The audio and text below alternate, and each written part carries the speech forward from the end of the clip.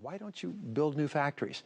Because if you built new factories and there was a cutback or a slowdown in sales, we would suddenly have the law of decreasing returns. We'd have all these factories and people on staff, and we'd be selling fewer. So what they do is they produce at the level where they can make the maximum profit, which brings us to the third law. The third law is called the law of marginal return. And the goal in the law of marginal return is to sell exactly the right quantity of products to earn the highest possible profit. And you'll find that every company has a point where at this level of sales, with this level of cost, they make the highest profit per unit. And that is the optimum point. It's the point that every company aims at, and that you have to aim at as well. There are several different kinds of costs that you must be aware of as a business person. The first costs are what are called fixed costs. Now, fixed costs, these are costs that you incur whether you make any sales at all. To do a fixed cost analysis, you say, if we made 0 sales in the following month, how much would it cost us to keep our doors open? And then you realize immediately that a fixed cost is rent, a fixed cost is permanent staff, labor, utilities, taxes, salaries. Their fixed costs are things that you have to pay whether you make no sales at all. That becomes your base, your foundation.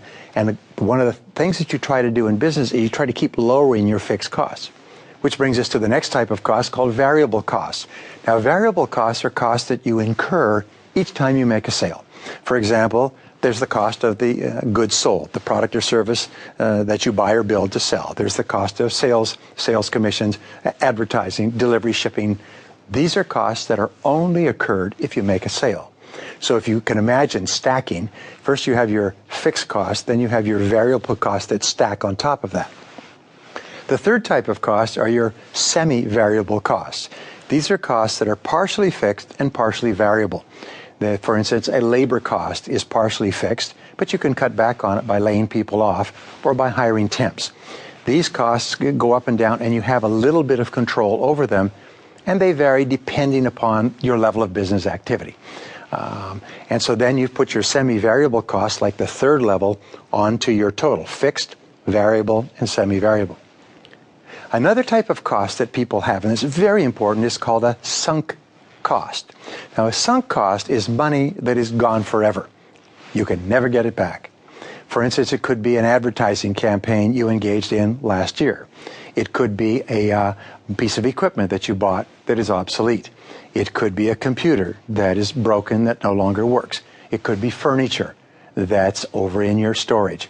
In other words, a fixed cost is money you can never recover.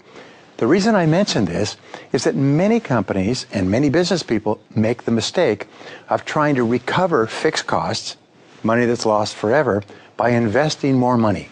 We call this pouring money down a rat hole, or sending good money after bad. When you have made a business mistake and you have lost the money, recognize that it's irretrievable and don't spend more money trying to make back something that you can't get back. The final cost you have to be concerned with is called an opportunity cost.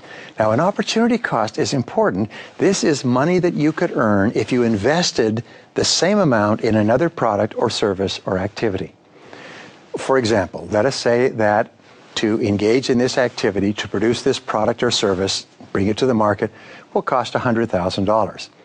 Before you make that decision, ask, what else could I do with the $100,000, and could I earn a higher return?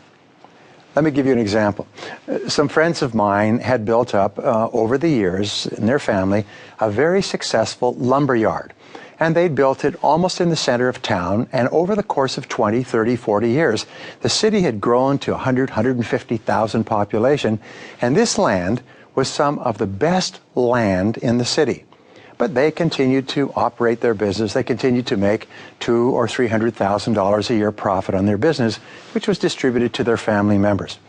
One day, hot summer, the lumberyard caught on fire and it burned down completely.